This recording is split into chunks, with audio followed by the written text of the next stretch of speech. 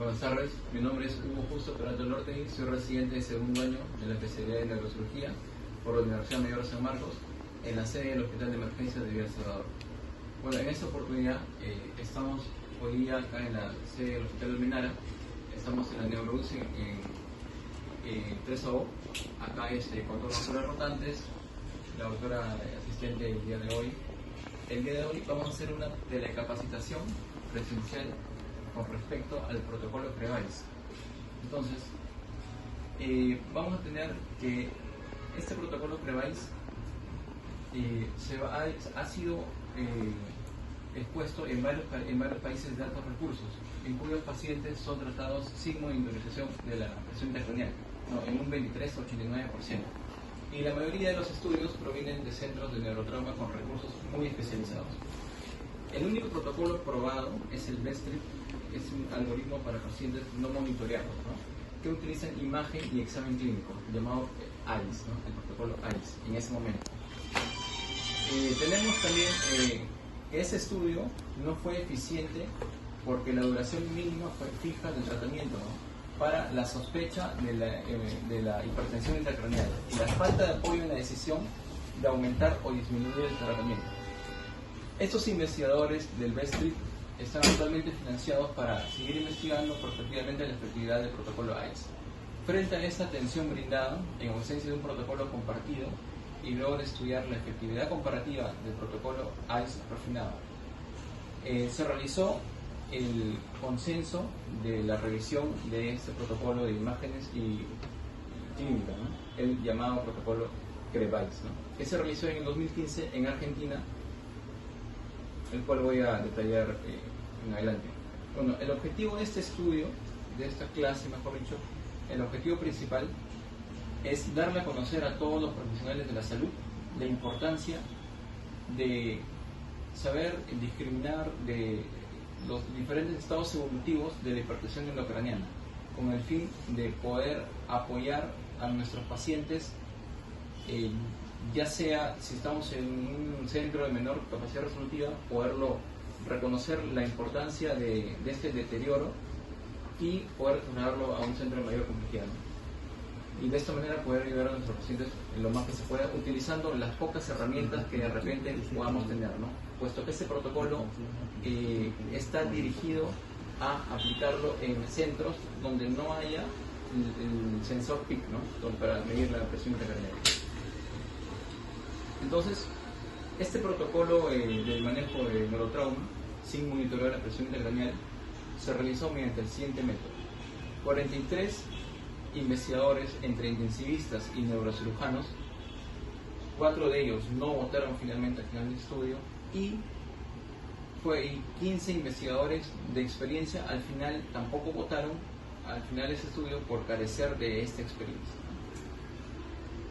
Entonces, este protocolo CREVAIS nos habla de 3 puntos fundamentales, Nos habla primero de qué manera vamos a reconocer ciertos parámetros para intuir o sospechar de que el paciente está teniendo una hipertensión endocraniana. Entonces, primero vamos a sospechar, sospecha de la hipertensión endocraniana. Una vez que lo sospechamos, vamos a poder aplicar todo el arsenal terapéutico que tenemos. El principal, primero vamos a comenzar obviamente con tratamiento médico y después seguir escalando, Entonces, primero es la sospecha de la hipertensión endocraniana, El segundo es cuando nosotros vamos a poder reconocer que este paciente no está mejorando, quiere decir, está neuroempeorando. Acá viene este término, del neuroempeoramiento,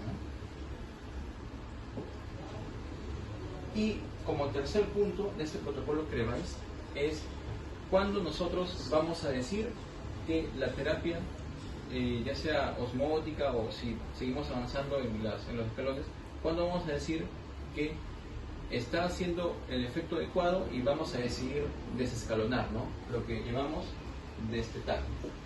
Entonces, básicamente el protocolo CREVAIS se basa en la sospecha, en el neuroempeoramiento para tomar una decisión y en el destete del tratamiento, ya sea médico o en el estadio en donde se encuentra, ¿no? Entonces, acá tenemos los resultados. Podemos tener que el protocolo final fue aprobado por el 97% de los participantes. Entonces, acá nos habla de la sospecha de hipertensión endocrinal, ¿no? Acá en este lado, acá, en este lado nos habla de la sospecha de hipertensión endocrinal, en donde vamos a tener un criterio mayor o dos menores. Primero, entonces, tenemos que definir a qué llamaron una sospecha de hipertensión endocrinal. Lo llamaron criterios mayores y criterios menores, ¿no?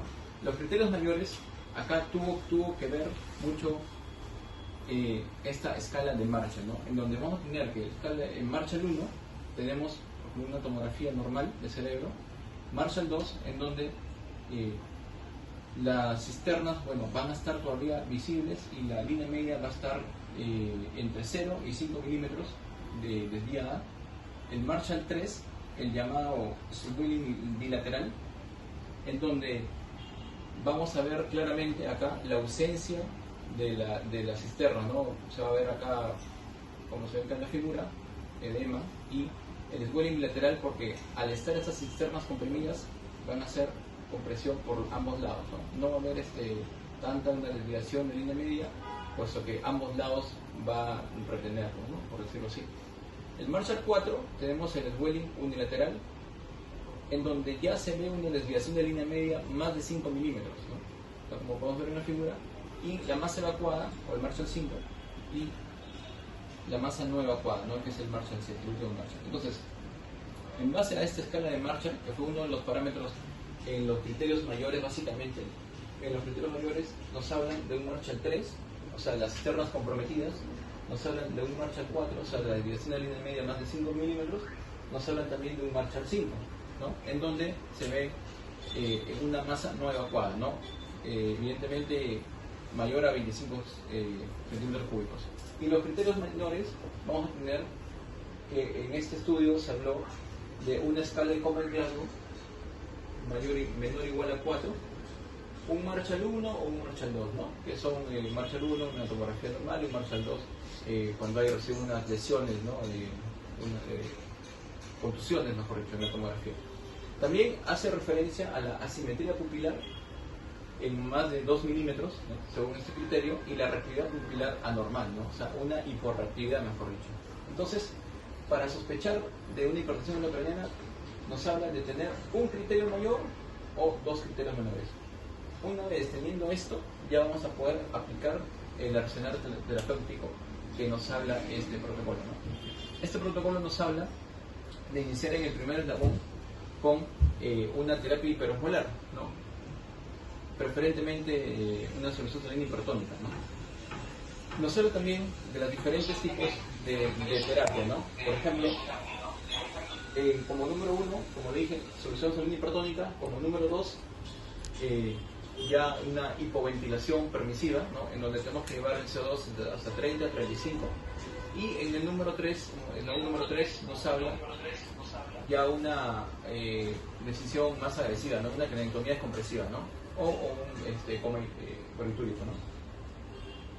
Nos habla también que ese tratamiento puede darse indistintamente, sea el tipo que de repente ya en la tomografía hay una desviación inminente de un Marshall 4, un Marshall 5, y de repente cumple con todos los criterios para la craniotomía descompresiva, podemos hacer frente a la craniotomía descompresiva, ¿no? De acuerdo de lo que nos arroje ya el juego de variables como la anisocoria pupilar y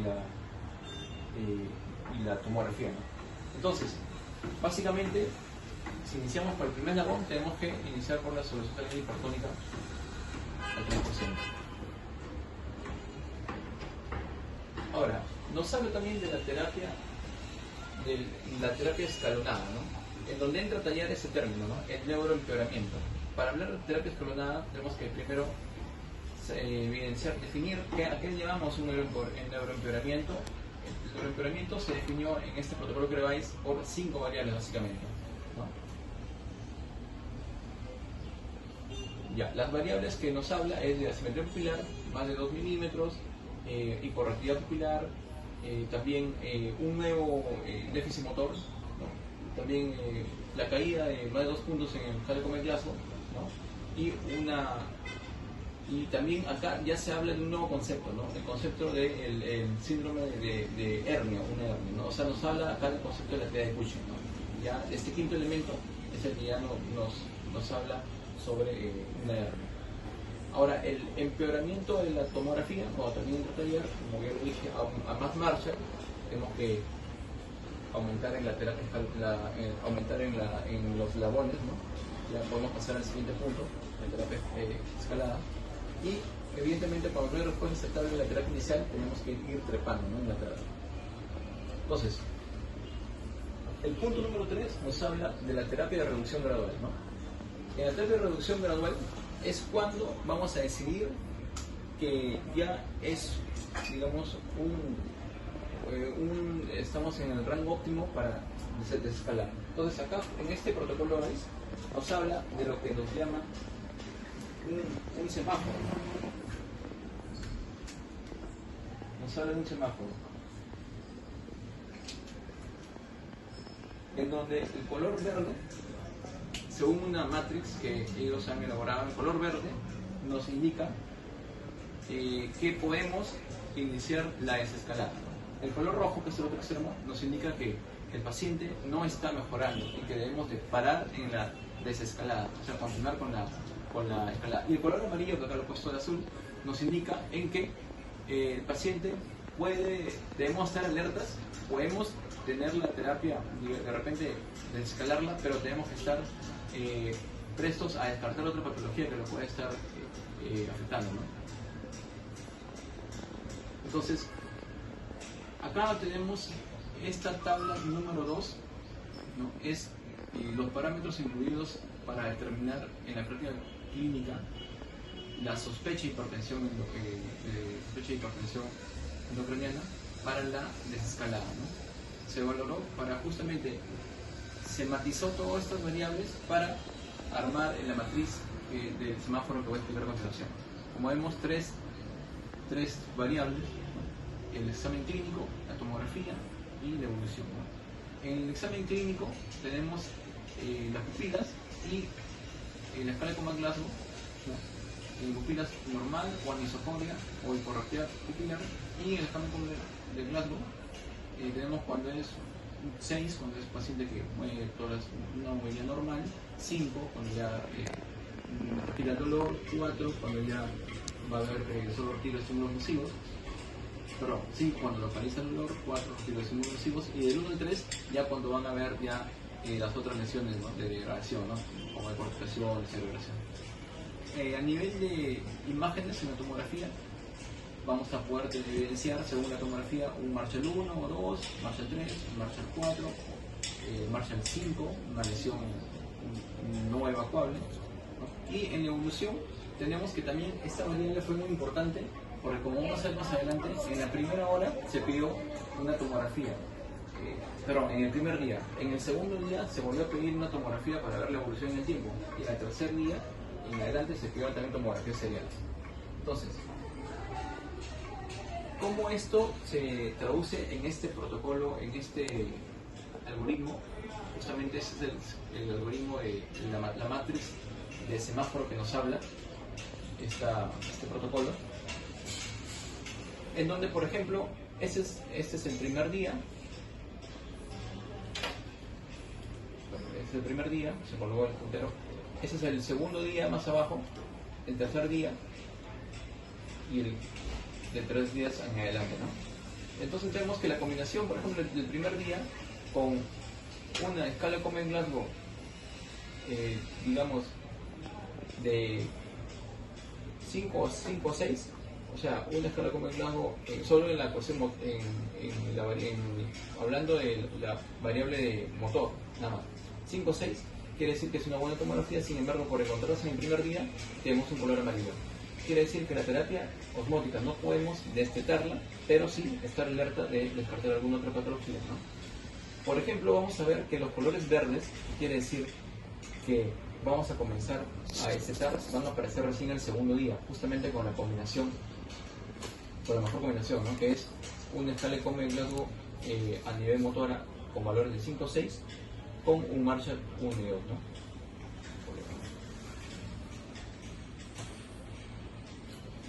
Ya, 1 y 2, ¿no?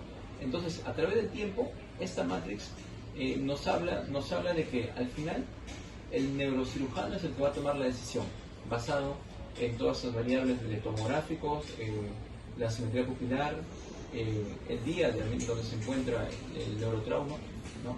Y se puede correlacionar en la matrix y puede darle al neurocirujano una mayor seguridad en destetar el tratamiento a un paciente.